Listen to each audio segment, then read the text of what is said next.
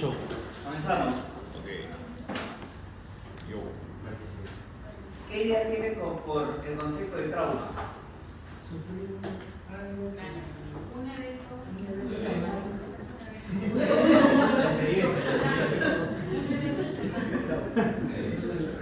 ¿Qué más? No, pero dos, no, profe, si es trauma físico, si es trauma psicológico, pues, ¿de dónde se entiende? Hay todo tipo de traumas. Una condición es un Físicos, trauma. psicológicos, dependiendo pues de la La visión soledad de que pueda Alfredo es realizar. psicológico. ¿Qué más? A ver. Pero para que sea un trauma patológico, ¿qué tiene que pasar? Un daño, pues, sí, sí, un daño. Alterar Claro. No me sé. Pero sí. A ver. Lo que quiero que entiendan es algo, ¿no? Y es algo muy importante. Más que para sus teorías, para eso entiendan para su vida profesional. Que es para lo que se están formando, ¿no? Como profesionales. Esto no pueden olvidar. Pero grábense por los conceptos, grábense lo que van a necesitar en su día a día, conocer de sus alumnos, sean médicos generales, sean especialistas. De todas maneras, grábense eso, lo que les interesa, lo más importante. La teoría en cualquier momento puede agarrar otra bibliografía y se van renovando conceptos, ¿no? Toda acción que intervenga en nuestra vida cotidiana es algo patológico. Mientras no intervenga en nuestra vida cotidiana, lo podemos sobrellevar y no hay patología. Por decir, si yo tengo un trauma ahorita, por decir algo afuera, me asaltan y mañana tengo miedo, tengo angustia, pasado mañana no quiero ir al trabajo, toda la semana estoy que me refugio en mi casa, todo el mes ya me aislé. ¿Tendré que esperar lo que dicen los libros cerca de 6 meses, un año? ¿Por qué? Porque está interfiriendo en qué? En mi vida cotidiana, ¿cierto? Eso es lo importante, eso es lo que tienen que entender, ¿no? Toda acción que interfiere en mi vida cotidiana es algo patológico. Cualquier tipo, ¿no? Las obsesiones, todo lo que es físico, ¿no? Yo puedo tener alucinaciones hoy día, o puedo ver cosas como son las sinagógicas y sinapúnticas, ¿no? Alucinaciones que pueden presentarse al despertar o al acostarme, que es algo normal. Eso no quiere decir que sea esquizofrénico. Puedo tener hoy día, puedo salir y ver a un hombre por ahí, un fantasma, ¿no? Por un día, eso no quiere decir que sea esquizofrénico. No cumple, ahí sí nos vamos a la teoría que no cumple pues, todo lo que se tiene que cumplir con todos los requisitos. Pero si eso va constantemente y va interfiriendo en mi vida cotidiana, sí, va a interferir, porque va a interferir en qué? No solamente en mis acciones, en mi vida familiar, en mi vida laboral, en mi vida estudiantil, como ustedes lo llaman, pero está interfiriendo. Eso es lo que tienen en cuenta. Importante. Ok. Está bien.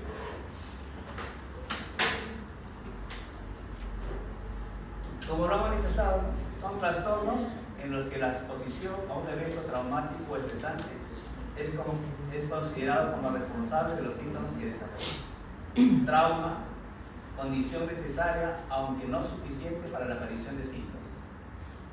La exposición debida a eventos traumáticos es relativamente común, el 60-80%. Pero solo una minoría desarrolla el TEC. Trastorno de estrés postraumático. Son las siglas. Les he dicho, no deberían usar TEC, pero si no me alcanza el caso. Tienen estrecha relación entre estos y los trastornos de ansiedad, trastornos obsesivos compulsivos y los trastornos disociativos. Puede ser que ustedes, pues, como les vuelvo a repetir, tengan una experiencia, de repente pues sufrir un asalto, ¿no? Vuelvo al ejemplo, pero mañana lo toman como eso, solamente como una experiencia en el momento, que no me está afectando mi vida cotidiana. ¿Que lo he pasado? Sí. ¿Que lo he vivido? Sí. Pero no llega a ser algo patológico, algo que interfiera en mi vida cotidiana. Un trastorno de estrés postraumático es post un evento, por eso es estrés postraumático. Pero para que cumpla esos requisitos, tiene que interferir, vuelvo a repetir, mi vida cotidiana. Si no, no cumple. claro el ejemplo que he dicho, ¿no? Me asaltaron, al día siguiente pues digo, bueno, perdí mi laptop, voy a trabajar, voy a comprarle otra. Sigo haciendo mi vida cotidiana dentro de lo normal, sigo desarrollándome dentro de lo normal. No estoy con miedo, no estoy con angustias, que sí voy a tener de repente más cuidado. La ansiedad me puede pasar, que es algo normal, lo que se nos avisa ante ciertos eventos, nos ponen alerta, pero pues no estamos pues interfiriendo en mi trabajo, en mis estudios. Sigo desarrollando.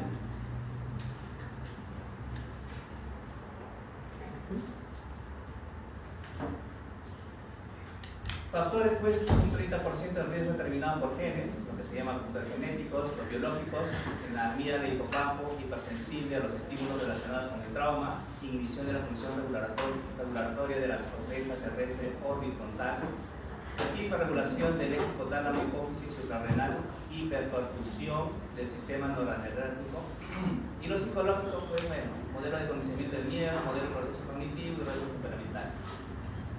Todo esto son, pues, siempre les digo, ¿no? Van a ir variando conforme vayan pasando los tiempos y vayan presentándose nuevas teorías, ¿no? Por eso es que también varían por los manuales. Nunca, por decir, si no, variaría todo esto, los conceptos, todavía nos estaríamos manteniendo pues en el CIE 1, al igual que DSM 1. Pero como vemos, hay una variación, hay una evolución, ¿no? De síntomas. Entonces, por eso en estos momentos estamos en el DSM-5 y en el CIE 10, que bueno, próximamente ya está publicado. Ya está publicado, traducido, sino que falta pues que sea puesto acá en nuestro país, el CIE 11. Porque ya está todo publicado, está producido, está casi los mismos, digamos, algunos conceptos que se han equivocado.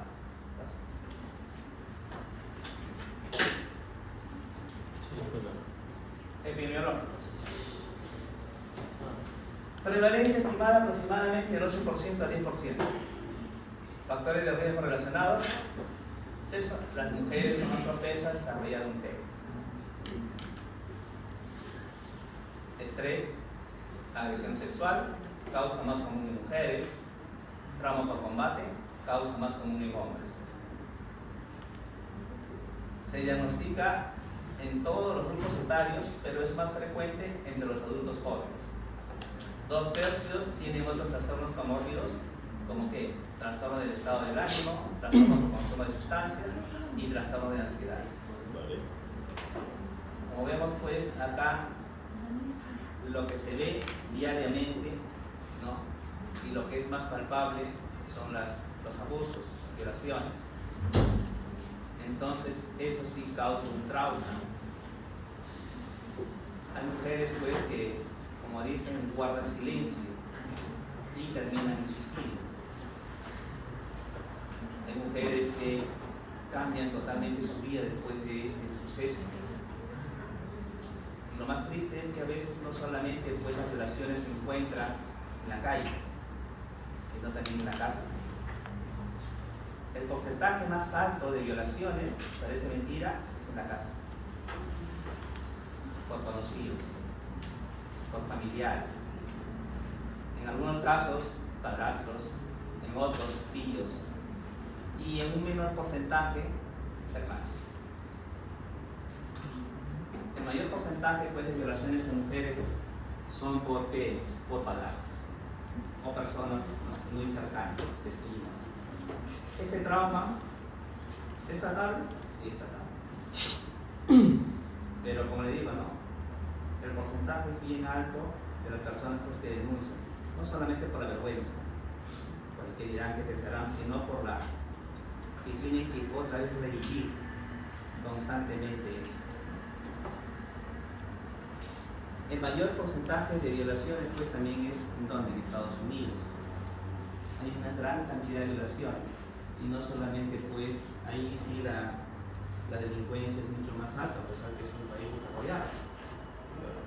Entonces los asaltos están pues, y según reportan pues una gran cantidad de violaciones en los famosos predios subterráneos. Acá no, todavía no tenemos eso, esperemos que no pase eso acá. Pero lo que sí se ve pues es violaciones pues no por familiares. Cuando llega a la consulta a veces nosotros preguntamos, ¿por qué? Porque a veces se presenta, pues tienen, no solamente se considera violación a una persona ajena, porque también se considera todo acto que sea contra la voluntad de la persona. Esa es una violación.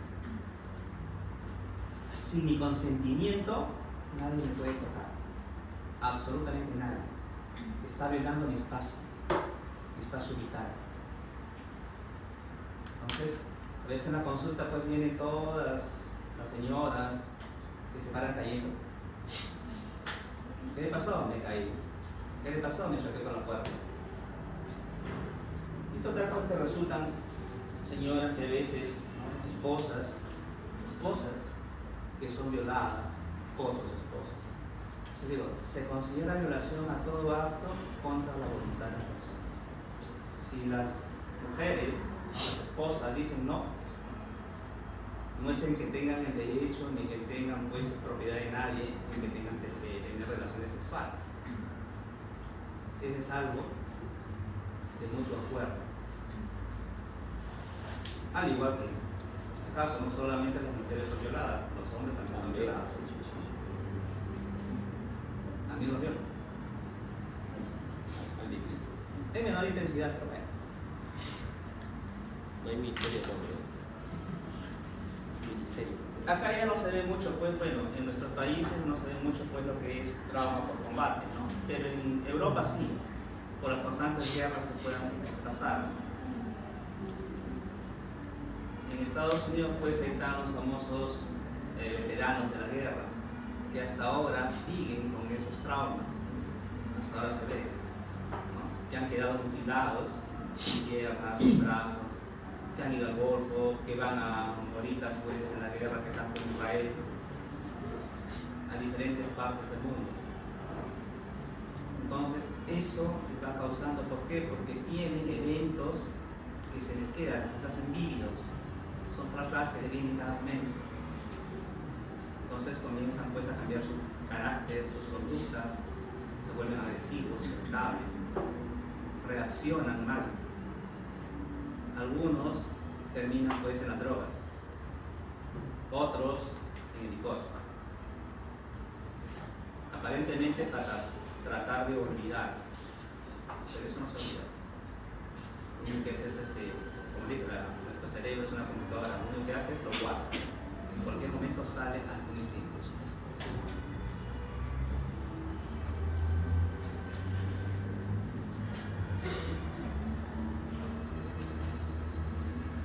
A ver, trastorno de estrés postraumático.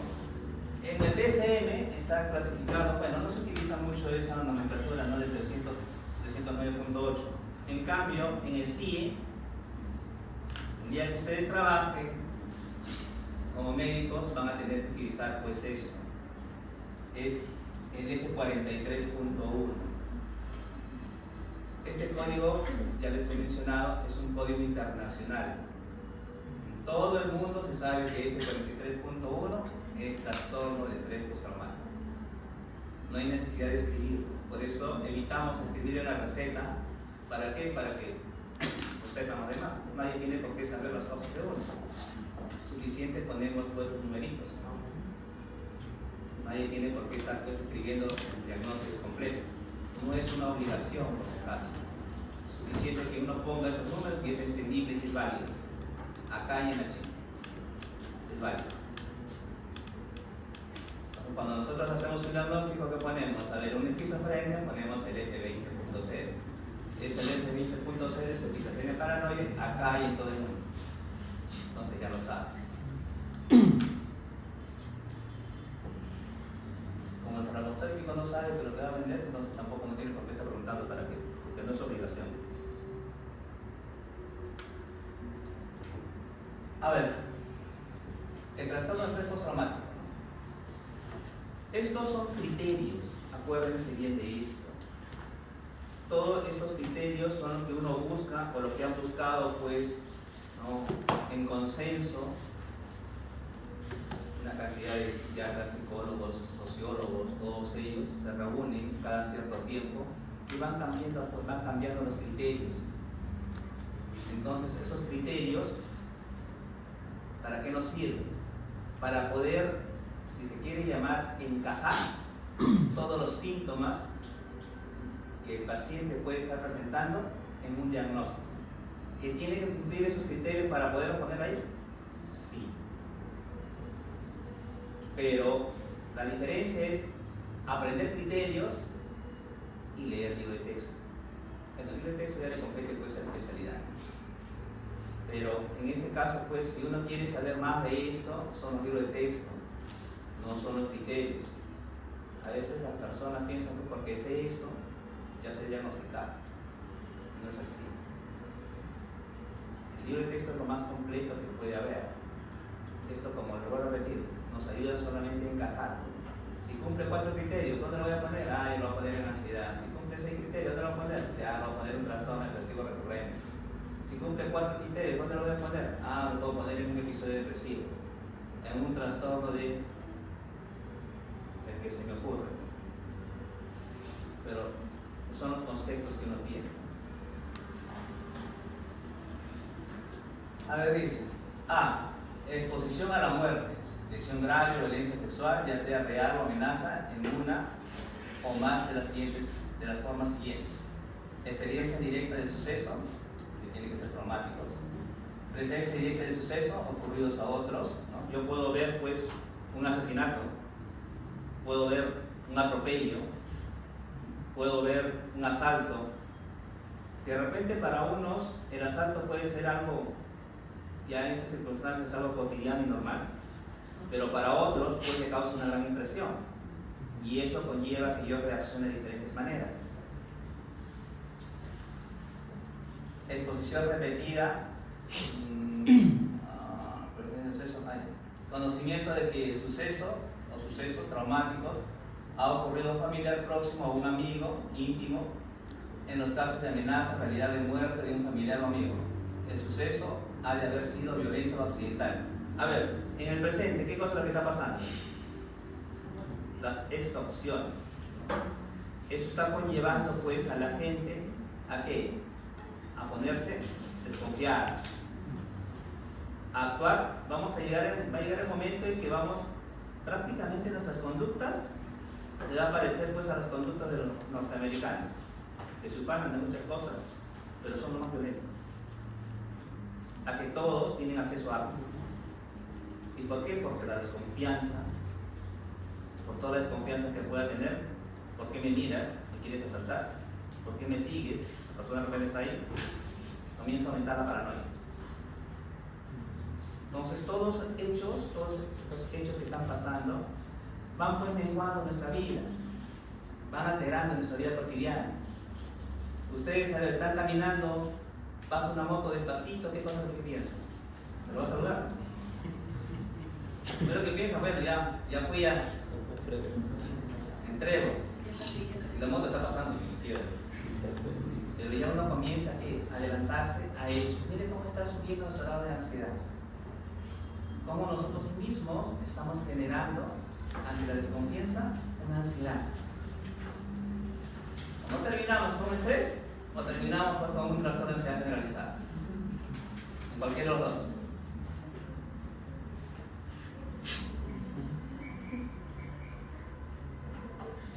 Exposición repetida extrema de detalles repulsivos de sucesos traumáticos.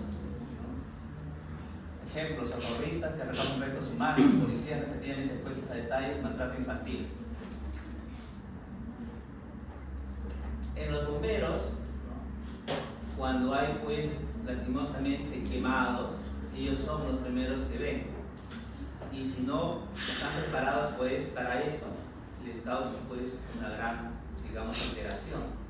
¿Por qué? Porque no es tan bonito ver a una persona calcinada, y aparte que el olor que tiene, al igual que no es tan bueno ver pues a una persona después de una explosión. Le digo eso por experiencia. Todo huele pues a carne quemada. Les comento esto ¿por qué? Porque me tocó hacer una de médico legista, porque era el único que estaba en eso. Una familia que preparaba los famosos castillos.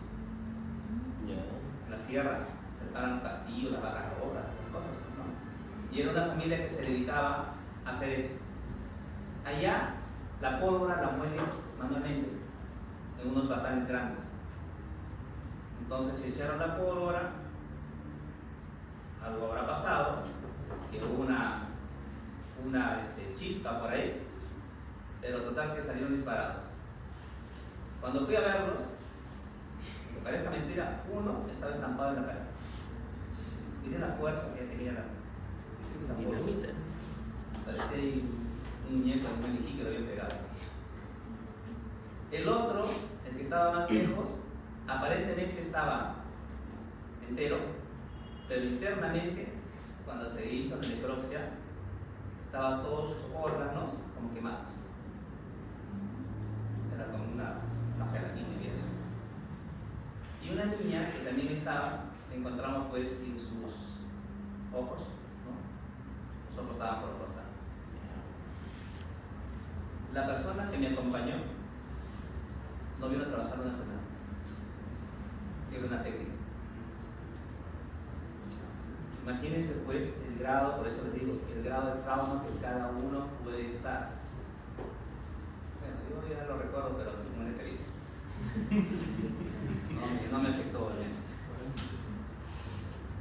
Me ayudó de cada vez nada también.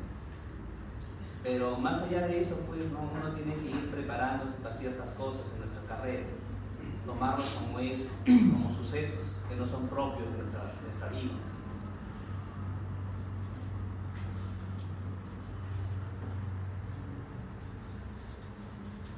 En criterio B, presencia de uno o más de los síntomas de intrusión siguientes asociados al suceso traumático que comienzan después del suceso traumático. Recuerdos angustiosos, recurrentes, involuntarios e intrusivos del suceso traumático. Ahora, siempre hay notas acerca de los niños, porque los niños tienen otra tendencia, ¿no? Tienen otras, digamos, formas de presentarse. En los niños mayores de 6 años se pueden producir juegos repetitivos en los que se expresan temas o aspectos del suceso traumático. Esa es la forma como se va, digamos, entrevistando a niños. Cuando uno entrevista a niños, ya sea para violaciones, ¿no? La famosa cámara GESO, todo es con juegos, no es interrogatorio, es con dibujos y con juegos. Ahí vemos pues las famosas figuras humanas que van teniendo, les damos pues figuras de muñecos y ellos van representando. Y algunos representan pues, no sé si habrán visto un dibujito que es totalmente de negro. Dibujo lo representan. Y cuando le preguntamos qué cosa es, ¿no? Es el que viene en las noches. ¿Y qué hace en las noches? Me toca. ¿Cómo así? ¿Qué te toca? A ver, dibuja. En la parte de los genitales aprietan bastante la lapicero y hacen cuadritos. Como así, como una granita. Bastante. Y eso también algunos representan pues en mujeres, adolescentes. Entonces, de esa manera vamos a interpretar. Y a la hora de la hora, pues en que total que se hace toda la entrevista, todo, el que le toca, lastimosamente vio su papá. Bajo amenazas, sí. Pero su papá, no el papá verdadero, es verdad. Que él lo llamaba papá. Qué miedo. Bajo amenazas de que iba supuestamente a matar a su mamá, que iba supuestamente a matar a su papá, no a su otro papá. Porque su otro papá sí estaba bien. Son cosas que a veces se ven y causan, pues, digamos así, daño, ¿no? Trabajar con niños es, digamos, con niños que tienen violaciones bien traumáticas. Por las constantes, pues, digamos así, confesiones que uno puede escuchar. El trauma no solamente viene para las personas, sino también viene para los profesionales. Están constantemente ahí, escuchando. El trauma, por decir, trabajar con mujeres, pues también que sufren de violación, es bastante penoso. Escuchar las formas, los momentos, el tiempo. Algunas pues chicas han sido pues que están en su casa, que son violadas por sus vecinos. ¿Desde cuándo? Desde los 11 años. 11, 12, 13, 14, 15. Algunos pasan inadvertidos. Ni siquiera se dan cuenta pues o no quieren avisar por el miedo y las amenazas. Hay sectas, no solamente están libres pues digamos en nuestra sociedad, hay sectas religiosas que ahora están saliendo a la luz. Se aprovechan pues de eso. Se aprovechan de qué? De su indumentaria, ¿no? Se aprovechan de niños, de mujeres, y eso pues con el tiempo causa traumas. Profesores también. Hay profesores que se aprovechan también de la cultura. ¿Por qué? Porque en algunas culturas es algo normal para ellos, ¿no? Es algo normal y natural pues tener relaciones a los 11, 12 años. En ciertas culturas. Pero no, pues no es idea. A cambio de dinero. Uno dice, pues bueno, le pagarán. Pero no es que sean de ahí, sino son foráneos que se aprovechan de eso. ¿Qué ha pasado en la época del terrorismo? Hasta ahora se sigue, pues, digamos, juzgando. Todavía no termina eso, se cuenta nunca acabar. ¿Quién tuvo la culpa y quién no? Entonces, que tienen la oportunidad de existir en dos oportunidades. Siempre ha tenido una discusión. Familiares de los que fueron, digamos, así asesinados y familiares de los policías que también fueron asesinados. ¿Quién tiene la culpa? Por eso digo, se puede nunca acabar porque termina una discusión y nunca se lleva a ver, ¿qué más tengo por acá? Recuerdos angustiosos, involuntarios, inclusivos del suceso traumático. Sueños angustiosos recurrentes en los que el contenido y/o el afecto del sueño está relacionado con el suceso traumático. Reacciones disociativas.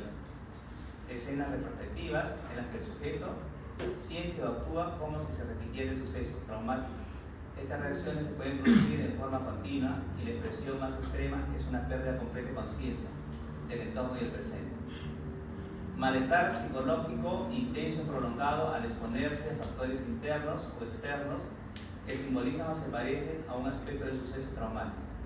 Reacciones fisiológicas intensas, factores internos o externos que simbolizan o se aparecen a un aspecto del suceso traumático. Como vemos, todo va en relación al suceso y a cuánto está interviniendo en nuestro pensamiento, en nuestro desarrollo cotidiano.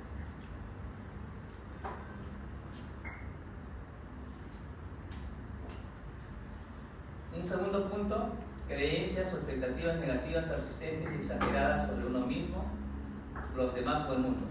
Estoy mal, no puedo confiar en nadie. El mundo es muy peligroso. Tengo los nervios destrozados. 3. Percepción distorsionada persistente de la causa o las consecuencias del suceso. El suceso traumático que hace que el individuo se acuse a sí mismo o a los demás. Estado emocional negativo persistente, miedo, terror, enfado, culpa o vergüenza. Disminución importante del interés o la participación en actividades significativas. Sentimiento de desapego, extrañamiento de los demás. Incapacidad persistente de experimentar emociones positivas, felicidad, satisfacción o sentimientos amorosos. Para ellos todo es gris. A pesar que de repente otra persona puede haber cometido algún error, yo fui el culpable. Yo soy la carga. Yo no tengo derecho a vivir. Vienen los pensamientos, vienen las ideas fatalistas. Vienen las conductas, ¿no? Los sentimientos de infravaloración. ¿Para qué estoy acá? Se sube una carga con los familiares. El mundo está en contra mía.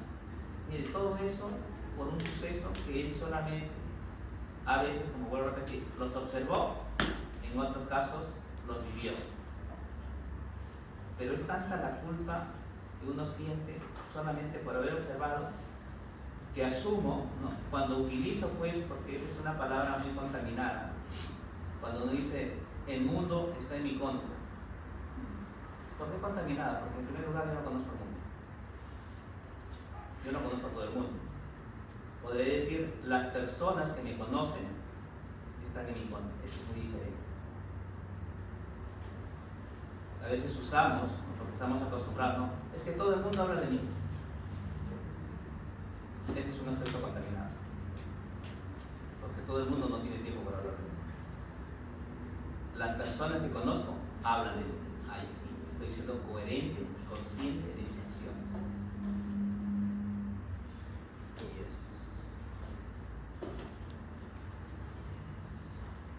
Bueno, en el ítem E, alteración importante de la alerta y la reactividad asociada al suceso traumático que comienza o empeora después del suceso traumático, como se pone de manifiesto por dos o de las características siguientes: comportamiento irritable y arrebatos de furia, que se expresan típicamente como agresión verbal o física contra otras personas o objetos, comportamiento imprudente o autodestructivo, hipervigilancia, respuesta de sobresalto exagerada, problemas de concentración, alteración del sueño.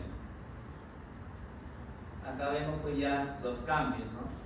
Si ustedes se dan cuenta, estos cambios, ¿no?, se parecen a los cambios que suceden en los niños cuando sufren de depresión. Un niño depresivo, ¿cómo es? Irritable, no es sociable, se vuelve malo. No es que haya nacido malo, se vuelve malo.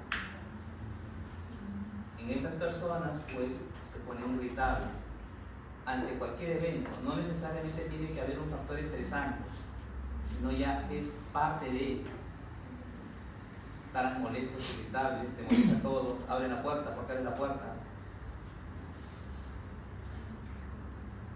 Hizo frío, ¿por qué hace frío? No hace calor. Bueno, pero para eso.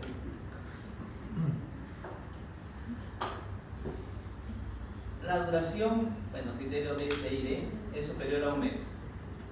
Se dice que tiene que ser superior a un tiempo de un mes. Pero, vuelvo a repetir, si esto está alterando nuestra vida cotidiana a las 2 semanas, a las 3 semanas, entonces ya está afectando. Un suceso nunca va a ir en disminución, siempre va a haber un aumento. Entonces, pero para la pregunta de examen, tiene que superar. Para su conocimiento suficiente que las personas estén alterando su vida cotidiana día a día a partir del 10º día o segunda semana, ya está interfiriendo en su vida cotidiana y necesita tratar. Pero cuando le pregunten el examen, dice, ¿puede inventar?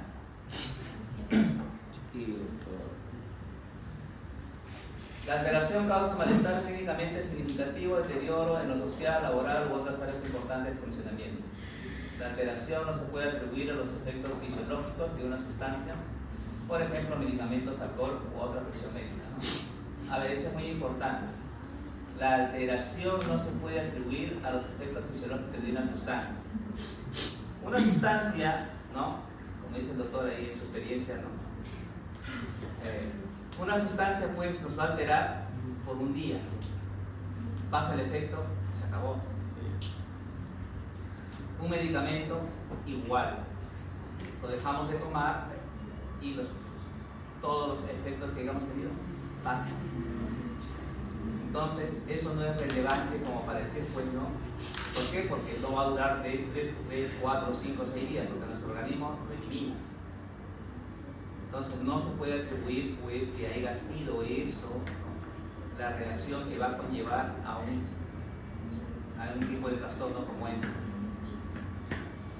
Que puedo presentar de repente un día, sí, pero a consecuencia de la sustancia, un día, 2, 3, 4, eliminado. ¿Qué pasa cuando nosotros hacemos, pues, digamos, los peritos o en el caso, pues, de pacientes que por primera vez consumieron marihuana, consumieron anfetaminas, consumieron cocaína, lo que se les cruce por la mente? Hicieron de repente un acto vandálico, se comportaron de una u otra manera, pero eso fue por primera vez. No sabían el efecto. No sabían que se iban a desnudar, que iban a caminar y se iban a tirar. No lo sabían. No sabían que bajo ese efecto podían, pues, haber asaltado algo.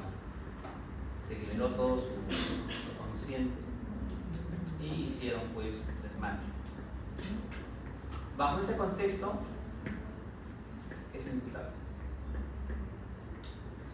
Una vez. 2 veces ya sabe lo que hace. Ya sabe lo que le está pasando. Ya sabe a qué conlleva eso. Y sabe para qué consume. 2 veces iba a ir derechito atrás. Porque lo está haciendo a propósito. Sabe las consecuencias. Entonces ahí no se puede decir porque no tiene conciencia. Sí tiene conciencia. Sabe para qué lo hace, las consecuencias y a qué quiere llegar. Es para su futura general. Características diagnósticos de trastornos relacionados a traumas. A ver, tenemos el trastorno de estrés postraumático, trastorno de estrés agudo y trastorno de adaptación. La gravedad del trauma, ¿no? Traumas graves, vemos que es en los 2 primeros, y traumas no graves en el trastorno de adaptación. En el factor temporal, el trastorno de estrés postraumático, como le dije, mayor a 1 mes. Según esto. El trastorno de estrés agudo mayor a 3 días. 3. Y menos de 1 mes. Ahí está la diferencia entre estos dos. Y el trastorno de adaptación es inmediato. No me siento bien, no me adapto, ¿qué pasó? ¿No? ¿Qué hago acá? No me hallo. Es el trastorno de adaptación.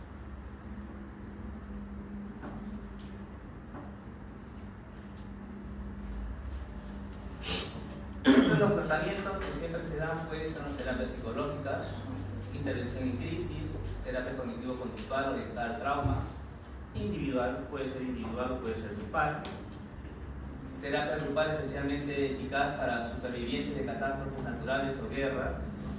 Una catástrofe también es un trauma, un terremoto, ¿no? Como el último que hubo acá en Ica, hubo, pues, bastantes personas que se hizo una intervención. Dentro de los equipos itinerantes se intervino, pues, los equipos de salud mental. ¿Por qué? Porque bastantes quedaron afectados. Ya no querían volver a sus casas, pensaban, pues, que todo se iba a derrumbar en cualquier momento. Vivían, pues, a la intemperie. ¿Por qué? Porque sentían inseguridad. Hasta ahora algunas personas quedan todavía con esos síntomas residuales de la desconfianza. Escuchan un carro que pasa y gritan. ¿Por qué? Porque esos camiones a veces mueven la casa. Entonces gritan, pensando que otra vez va a desencadenarse, pues, un terremoto.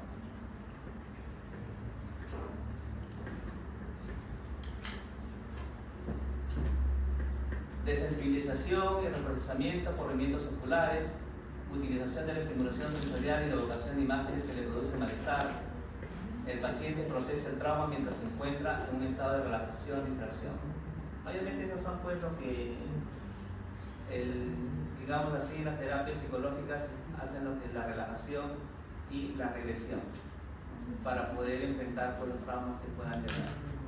Al igual cuando algunos pacientes o algunos le dicen hipnosis también, ¿no? O regresión, se practica para poder ver, pues, de repente traumas que están en nuestro subconsciente y que no encontramos ningún motivo o ningún, digamos así, un hecho vital que pueda describir por qué motivo estamos así, de dónde viene ese miedo, ese terror. Y a veces viene de la niñez, como mencionamos en un momento, los aprendizajes que tuvimos, ¿no? Los miedos que nosotros le producimos a los hijos, a los hermanitos, a los sobrinos, todos no asumen lo mismo. Todos a veces quedan pues con ese miedo a la oscuridad, ese miedo de subir al último piso de su casa, ese miedo de quedarse solo. ¿Por qué? Porque cuando era más pequeño le decían, pues va a venir, tú te mueves de acá, vas a la afuera, va a venir pues el loco, el hombre de la bolsa, cosas, va a venir Chucky, no sé. Chucky también. De eso se trata, ¿no? De que tengan miedo y eviten. Para el familiar, bueno, pues no sale, se va a quedar ahí. Pero para el niño estamos formando un trauma. Que después explicamos, que después algunos se dan cuenta que sí, que solamente era una invención, pero algunos se quedan con esa residua. Y les dura para siempre. Son adultos y algunos pues han bloqueado inclusive esos pensamientos, esas ideas, esos recuerdos. Lo bloquean, pero no saben por qué motivo no pueden o no quieren quedarse solos. Lo único que refieren es, me va a pasar algo. ¿Pero qué te va a pasar? No sé, pero me va a pasar algo.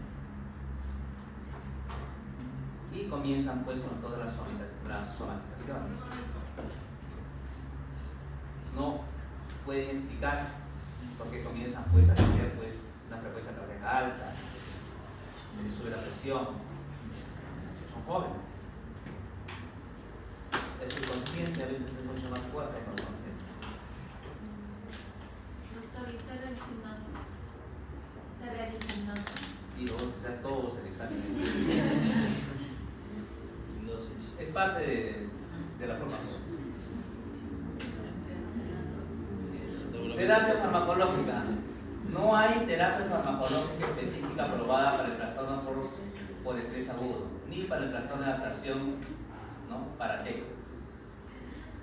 Las mismas terapias se utilizan ya sea para cualquiera de estos, no hay algo, digamos así, dirigido exactamente. Inhibidores selectivos de la recaptación de serotonina, que son los IRS, ¿no? Y la benzodiazepinas a corto plazo, menor de 4 semanas. La dosis, bueno, las dosis que se pueden dar, pues hay dosis, digamos, mínimas y hay dosis máximas. Por decir, si hablamos de un IRS en especial, en este caso la sertralina, ¿no? La sertralina es un IRS que viene en una presentación de 50 miligramos y 100 miligramos. Su dosis inicial, o se inicia con 25 miligramos y se puede llegar hasta 200 miligramos. Más de eso ya no es recomendable. Y otra que más de eso ya no funciona. Por la escuela le va a dar 300, 400. Ya sabemos. La benzodiazepinas. En esto sí hay que tener un poquito de cuidado. ¿Por qué? Porque el proceso adictivo que puede producir. Una cosa es pues tomar por necesidad y otra cosa es pues tomar por adicción, por diversión, por pasarla bien. Yo no puedo tener nada de repente, pero tomo mi benzodiazepina, alprazolam, clonazepam, ¿no? Con sus diferentes efectos. ¿Para qué? Para sentirme relajado, estar tranquilo, hacer mis cosas. El problema de las benzodiazepinas es que van creando tolerancia con el tiempo. Es como que ustedes comen una mazamorra, les gusta, ya no quieren solamente un vasito, ya quieren un vasito y medio. Les gusta tanto, ya no quieren un vasito y medio, quieren 2. Igual. La recepción pues de las benzodiazepinas es eso, la tolerancia que puede hacer.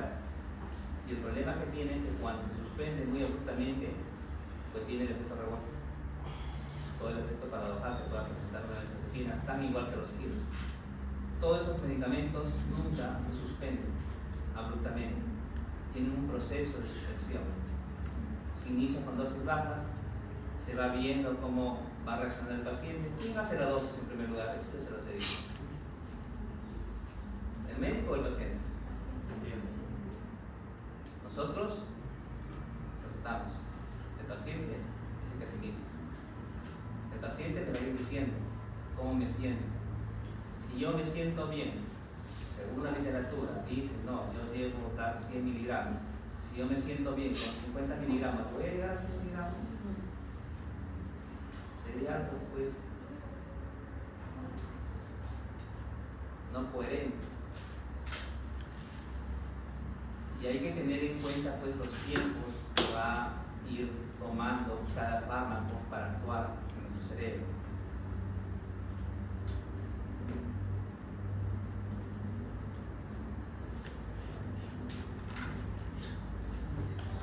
Trastornos disociativos. A ver, ¿qué tienen ustedes por disociarse?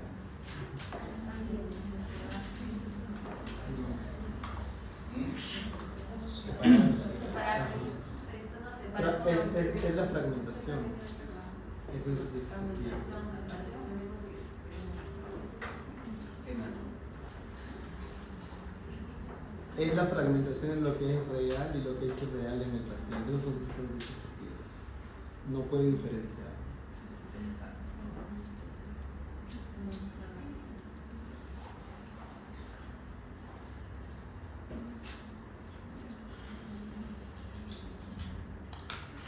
Los trastornos disociativos se caracterizan por una interrupción o discontinuidad en la integración normal de varias funciones mentales. Tengan en cuenta ese concepto, por favor. Si es leve y efímero, soñar despierto. Entonces ustedes están así pensando ahí, y se imaginan, pero es algo, ¿no? Están ahí, bueno, saliendo de acá, voy a comerme un buen abrazo. Y no causa malestar o disfunción significativa, no constituye un trastorno. Por eso digo, nada que cause malestar es un trastorno. Todo lo que cause malestar continuamente es un trastorno. Pero en ocasiones, por la severidad y persistencia, pueden generar una serie de discapacidad y cumplir criterios para ser considerados trastornos mentales. Estos trastornos cuentan con varias características en común: inicio y terminación súbita, desencadenados por un conflicto psicológico, intensa afectación de la memoria. A ver, ¿cómo puede ser un inicio súbito, doctores? ¿Cómo se imagina? ¿Qué significa súbito, en primer lugar? De manera inesperada. Claro, pues de un momento a otro. O sea que ahorita hay un terremoto. ¿Es algo súbito? ¿O fue planificado? No, ¿no es cierto? Y comienzan ustedes a reírse, a tener un miedo intenso. Algunos pues se quedarán paralizados y no saben qué hacer. Están pensando, pues mejor estoy en mi casa. O sea que eso también pues, ocurre en un trastorno de estrés postraumático, un terremoto. ¿No? Yo estoy acá, de un momento a otro comienzo, es una experiencia, y comienzo pues a desesperarme, a angustiarme. Quizás me engorden, que bajen despacito. Ya los veo abajo corriendo, ya tirando. Se olvidan, ¿no? Que pónganse debajo de los muros, la zona de seguridad. Pero en la zona de seguridad no hay nadie, ¿no? Están en su casa. Entonces, pues, hay desencadenantes, pues, te dice por un conflicto psicológico. ¿Qué será un conflicto psicológico? En este caso, estamos hablando. A ver, imagínense algo que les cause un conflicto psicológico. No estamos hablando de físico, por si acaso. Psicológico. Y además, también interviene en nuestra memoria. ¿Qué quiere decir eso? Que estoy bloqueando ciertos aspectos.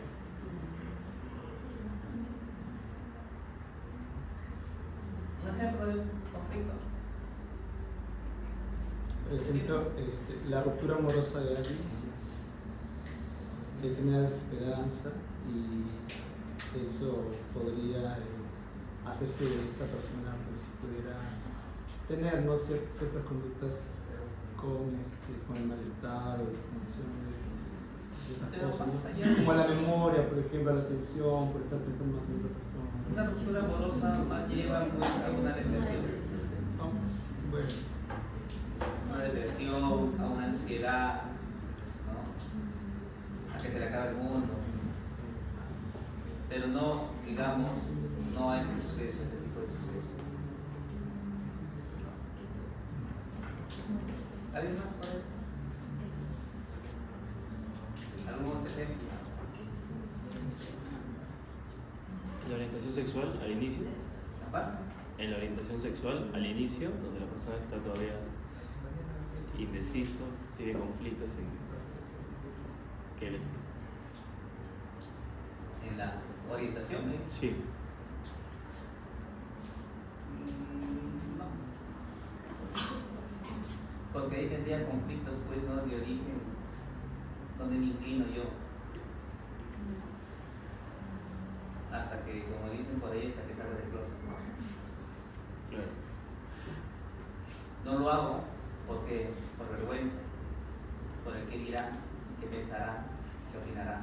Claro, y eso no te causa. Me reprimo. Pero no le causa, pues, digamos, afectación de la memoria.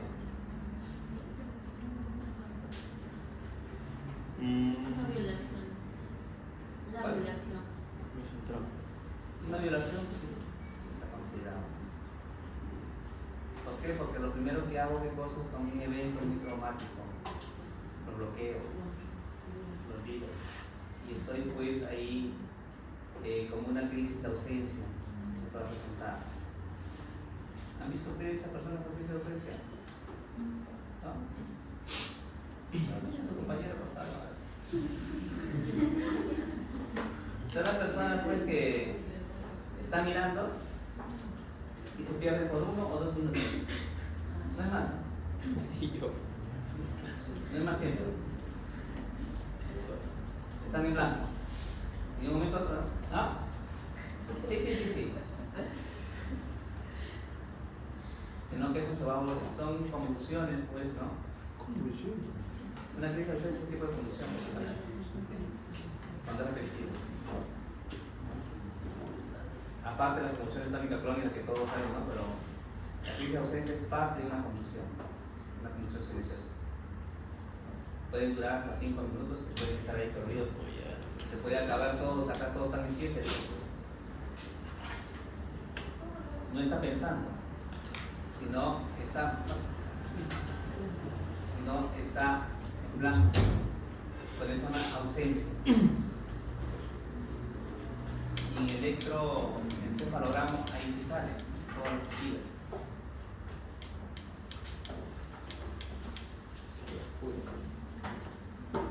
Ahora, genéticos, según dicen el 50% de la varianza en el desarrollo de los síntomas disociativos podría explicarse por factores genéticos. Biológicos asociados al área del hipocampo, límbica, temporal y occipital.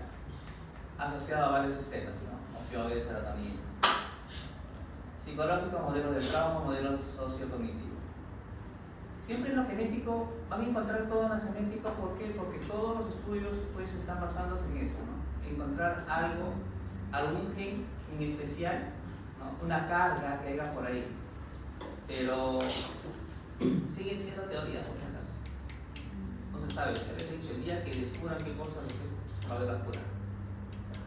Va a haber la cura para que encuentren qué cosas se producen. Mientras no, seguimos pues así, en el limbo. En todas las enfermedades. La gripe no tiene cura, sino una enfermedad por muchos años. ¿Por qué? Porque el virus, ¿para qué cosa? Va mutando. Y nunca encuentran pues, lo único que hacen todos los medicamentos, ¿qué cosa es? Aceleran el proceso.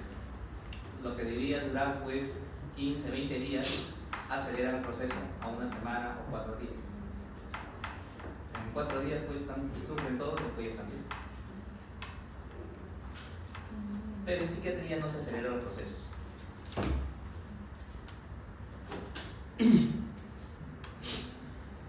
A ver, tenemos trastorno de despersonalización o de realización, trastorno de ansiedad, de amnesia disociativa y trastorno de identidad disociativa. Prevalencia, sexo, edad de inicio y factores de riesgo. A ver, ¿qué le llama la atención, doctor Isaías? En el sexo. Que es sexo mujer. Mayores mujeres. En edad, si comparan esos tres, Son jóvenes. Jóvenes. la adolescencia, ¿cierto? Y los factores de riesgo, ¿qué es lo que llama más la atención ahí? Trauma físico. En todos, casi en la mayoría, hay trauma físico. Eventos físicos que han pasado. Pues, hay veces las personas, ¿no? De repente, soy muy repetitivo con esto, pero de repente las personas que sufren de violación son las que bloquean totalmente eso. Son las que no quieren saber más, nunca más de eso. No quieren recordarlas por ningún motivo dentro de su cerebro. Pero, como vuelvo a repetir, ¿no? Nuestro cerebro es tan frágil que funciona con ¿qué? Con estímulos. Y por más guardadito que esté ahí, lastimosamente va a haber un estímulo que va a activar. Y lo que se quiere siempre es ¿qué cosa? Resolver eso, no guardarlo, sino resolver el problema. Porque si no, en cualquier momento, pues, ese guardadito que tenemos dentro de nuestra cabecita va a salir y va a ser el detonante, ¿no? Va a haber un detonante por ahí y va a desencadenar toda esa experiencia. Todo lo que tenemos guardado lo van a ser vívidos, tan igual como hay ante una ansiedad generalizada, ¿no? Vivimos, creemos que nos vamos a morir de una ansiedad generalizada, ¿no? Solamente estamos adelantándonos a ellos.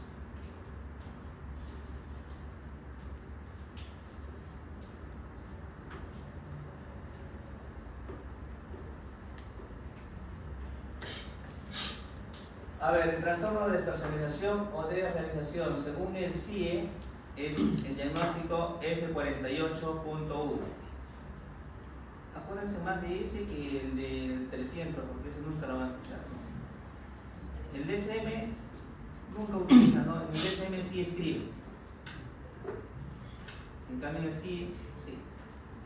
Utilizamos mayormente, pues, como voy a repetir, las siglas, los numeritos, que son los códigos. Estas palabras son códigos internacionales.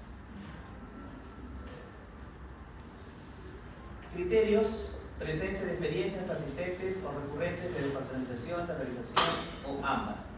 Despersonalización, experiencias de irrealidad, distanciamiento o de ser un observador externo respecto a los pensamientos, los sentimientos, las sensaciones del cuerpo o las acciones del mismo. Ejemplo: alteración de la percepción, sentido distorsionado del tiempo, irrealidad o ausencia del yo y embotamiento emocional del físico.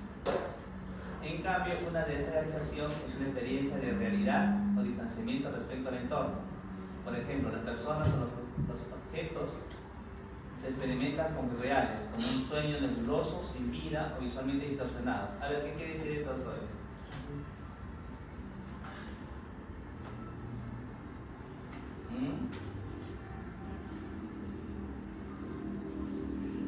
¿Cómo interpretarían eso?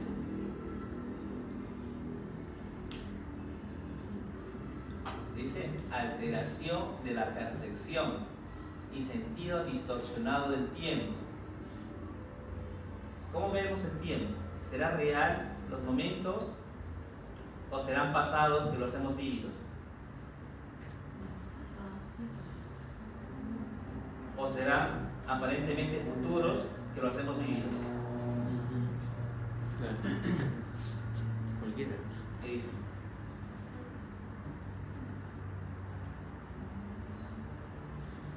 ¿Sabremos qué va a pasar en el futuro? Pero cuando pensamos en que dentro de 2 años de repente me puede dar cáncer, de repente puedo pasar por ese edificio y ese edificio está tan viejo que me va a caer encima. ¿Qué estoy haciendo? ¿Estoy distorsionando qué cosa? El futuro. ¿Me estoy adelantando a qué? A hechos. Me acuerdo que cuando yo era niño había mi vecino que cada vez que pasaba me quitaba mi dinero y me ponía a llorar. recuerdo en este momento y comienzo a llorar. ¿Qué estoy haciendo? Estoy viviendo él, pero como algo vívido, presente. Distorsiono las épocas, distorsiono los tiempos. Durante las experiencias de despersonalización o de realización, las pruebas de realidad se mantienen intactas. Los síntomas causan malestar clínicamente significativo, deterioro de lo social, laboral u otras áreas importantes de funcionamiento. La alteración no se puede atribuir a los efectos fisiológicos de una sustancia. Acá también se dan cuenta en este y en el anterior, no podemos decir que la sustancia es la causa de esto. No podemos pues acá, por ejemplo, una droga, un medicamento, una afección médica, ¿no? Por ejemplo, una epilepsia. La alteración no se explica mejor por otro trastorno mental como la esquizofrenia, el trastorno de pánico, el trastorno de depresión mayor, el trastorno de estrés agudo, el trastorno de estrés postraumático u otros trastornos disociativos. Acá es lo mismo, ¿no? Y casi todos estos no son, digamos, los responsables que tengamos todo esto continuamente. Un fármaco no va a ser responsable, es por el tiempo y la duración.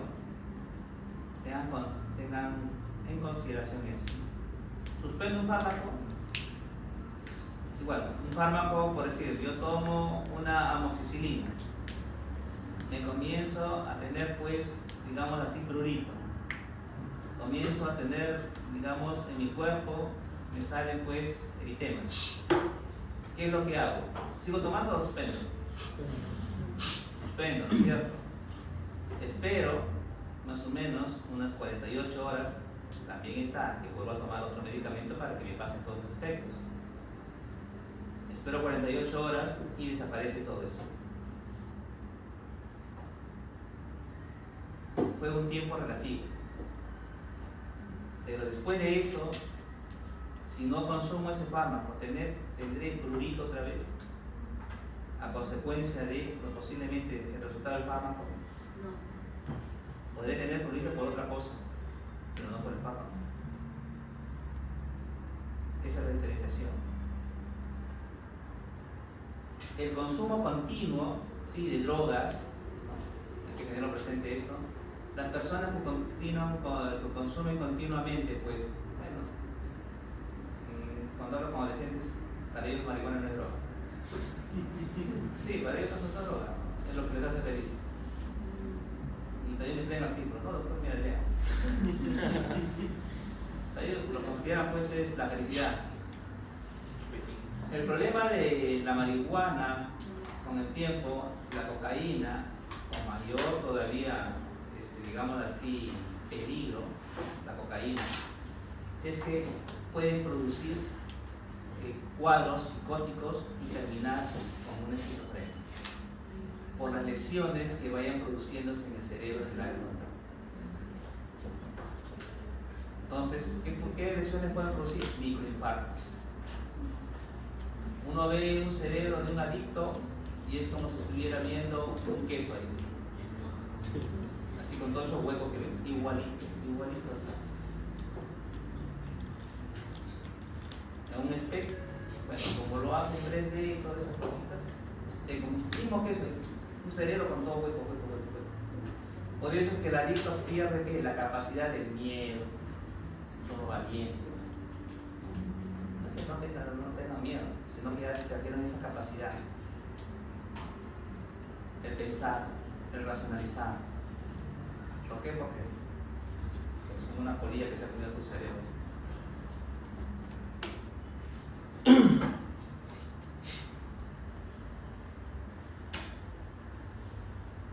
Bueno, seguimos con amnesia disociativa en la capacidad de recordar información autobiográfica importante, generalmente de la naturaleza traumática o estresante, que es incompatible con el olvido ordinario. Los síntomas causan malestar clínicamente significativos o deterioro de lo social, laboral u otras áreas importantes de funcionamiento. La alteración no se puede atribuir a los efectos fisiológicos de una sustancia. Igual, en todas van a encontrar este ítem. No tiene nada que ver en estos casos, ¿no?, el alcohol, las drogas o un medicamento. Salvo, vuelvo a repetir, si son consumidores crónicos. Ahí sí. Pero algunos adictos tienen una suerte, al igual que algunos alcohólicos, no tienen nada en sí. Y el hígado de envidiar a un alcohólico. 2 veces que he visto a un alcohólico su hígado, de envidiar, no tenía nada. Ni siquiera una cochina inflamación. Nada. Resistente, tío. Yo estaba para donación. No quería.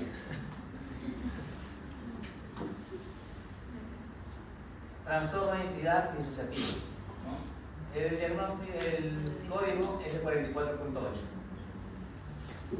Perturbación de la identidad que se caracteriza por 2 o más estados de la personalidad bien definidos que se pueden describir en algunas culturas como una experiencia de posesión.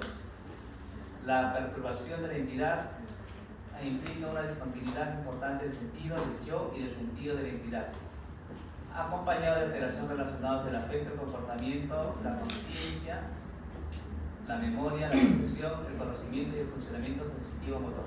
Estos signos y síntomas pueden ser observados, por otra parte, por personas o comunicados por el individuo. ¿Han visto a personas que consumen ayahuasca? Ruso. ¿Ah? ¿Alguien tiene alguna experiencia con ayahuasca? ¿Todavía? ¿Todavía no tiene? Estoy a punto. Lo que se pierde, ¿no? A punto. Un viajecito. Un viaje al más allá y vienen al más acá. Lazos recurrentes a la memoria, acontecimientos cotidianos, información personal importante y los sucesos traumáticos incompatibles con el olvido ordinario. Los síntomas causan malestar clínicamente significativo, deterioro en lo social, laboral u otras áreas de importante funcionamiento. Tengan en cuenta esto. Vuelvo a repetir, ¿qué está haciendo acá la sintomatología? ¿Está interfiriendo en qué? En su vida cotidiana. Esa es la gran diferencia, acuérdense de eso nada más. Todo trastorno, para ser considerado, mi vida cotidiana. ¿No me está afectando? No. Si le pone un caso clínico de esta manera, lo primero que tiene que fijarse, ¿está afectando su vida cotidiana, sí o no? No, consecuente. Sí, fácil. Les pongo un caso clínico. Todo sentido. No. Terapia, bueno, psicológica, principal opción de tratamiento, especialmente para aquellos que encuentran comorbilidades psiquiátricas, ¿no? Terapia cognitivo-conductual orientada al trauma, desensibilización y reprocesamiento por movimientos oculares. No lo hacen por acá. Y la farmacológica generalmente fue reservada para comorbilidades. Tenemos los IRS, estabilizadores del ánimo, la benzodiazepina, ¿no? Los estabilizadores del ánimo están considerados en mi especialidad a los llamados pues anticonvulsivantes. Todos los anticonvulsivantes, en su mayoría, en psiquiatría, utilizamos como estabilizadores del ánimo. Llámese como ejemplo carbamazepina, valproato, topiramato, son anticonvulsivantes. Pero en nuestro caso son estabilizadores del ánimo que se puede utilizar no solamente para un diagnóstico, para múltiples diagnósticos dependiendo de la dosis que se vaya a dar. Eso hay que tener en cuenta. El fármaco se utiliza o actúa según la dosis que uno da. O sea, acá los neurólogos utilizan grandes dosis. Utilizan pues valproato de sodio, 500, 1000, 2000, 3000, 6 pastillas, 3000 miligramos diarios, que es 3 miligramos. Nosotros utilizamos 1500 en pacientes bipolares o cuando lo requieren.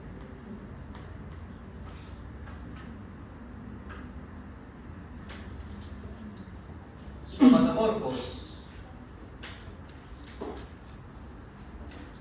Todos estos trastornos comparten una característica en común: la importancia de los síntomas somáticos asociados con un malestar o deterioro significativo. Suelen ser de naturaleza polimorfa e incluyen las siguientes características: dolor excesivo, crónico y múltiples que parecen carecer de una explicación adecuada, malestar que no mejora aun cuando la administración de tratamientos suelen ayudar a la mayor parte de los pacientes, y preocupación excesiva en torno a la salud o al aspecto corporal.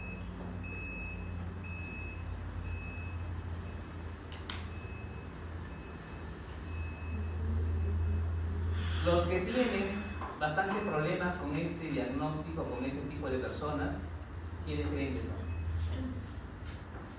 Si se fijan en el último párrafo, preocupación excesiva en torno a la salud o al aspecto corporal.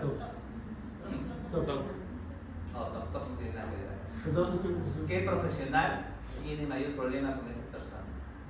Si hablamos de profesional. Médico. ¿Qué tipo de médico? Los plásticos. Dermatólogo. Los plásticos son los que ahora, pues, los plásticos se cuidan mucho. ¿Por qué? Porque antes de hacer, no todos, pero la mayoría, por las constantes denuncias que tienen, ¿no?, de pasar un examen psiquiátrico. ¿Por qué? Porque esta persona que tiene, por decir, ¿no?, se opera de la nariz. A pesar que su nariz está bien, no, es imperfecto. Le enseñan su catálogo, le enseñan todo, el plástico, le dicen ya te va a quedar así, bonita, mira respicar, como tú quieras, ¿no? Ya, bueno, ni un maniquí, ya. Lo operan, sigue feo. No está como yo dije. 2 veces. Está deformando mi cara. Así no era. Bueno, para evitar problemas, lo vuelve a operar. Sigue feo. No hace. Siempre se van a encontrar un defecto. No va a lograr la perfección que ellos quieren. No va a llenar sus expectativas. Son cirugías, no milagros. Y algunos, pues, el problema que tienen es que también tienen miedo a envejecer. Que es algo normal, natural. Todos vamos a envejecer. La panacea es buscar, pues, la fuente de la juventud, que se por ahí.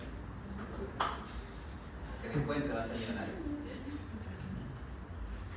Pero ese gran problema que se tiene aquí y en todos los países, ¿no?, con estos pacientes. Por eso es que ya se protegieron, no todos, por eso le digo, porque no son muchos los que presentan este diagnóstico. Doctor, ¿y ese miedo a envejecer, en qué se basa? O sea, ¿qué tiene miedo a morir? ¿Tiene miedo a que nadie lo quiera? O sea, ¿de qué parte es su temor? ¿Por qué miedo? ¿Qué dice en el último párrafo, doctora? A ver, léalo. El aspecto corporal, cambiar su aspecto físico. ¿Le aparece una arruga? Da un grito al cielo. Pero, ¿tiene una explicación, digamos, de un trauma o algo? O sea, ¿qué pasó que les preocupa su aspecto? Es un miedo intenso a tener una deformación en su organismo. Que les busque la explicación, no te la van a dar.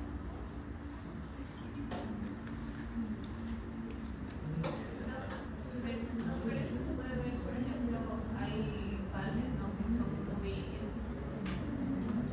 con respecto a las personales, podría ser algo que pueda desencadenar eso. El aspecto personal es una cosa, ¿no? El cuidado es otra cosa, ¿no? El cuidado físico, pero no aceptar los cambios biológicos es muy diferente. Parte de eso también tienen, pues, los toques.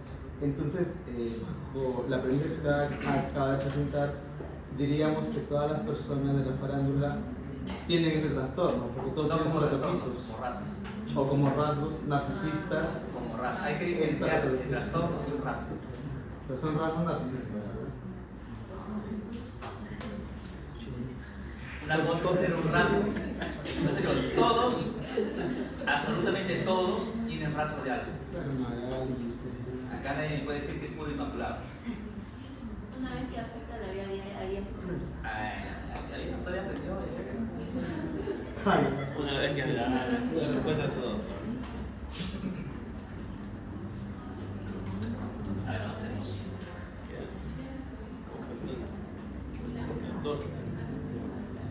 Causas no claramente conocidas. Factores predisponentes, trauma precoz, estilos de apego inseguro, mecanismos de defensa desadaptativas, distorsiones cognitivas, rasgos disfuncionales de personalidad, factores desencadenantes, factores estresantes del comportamiento sexual.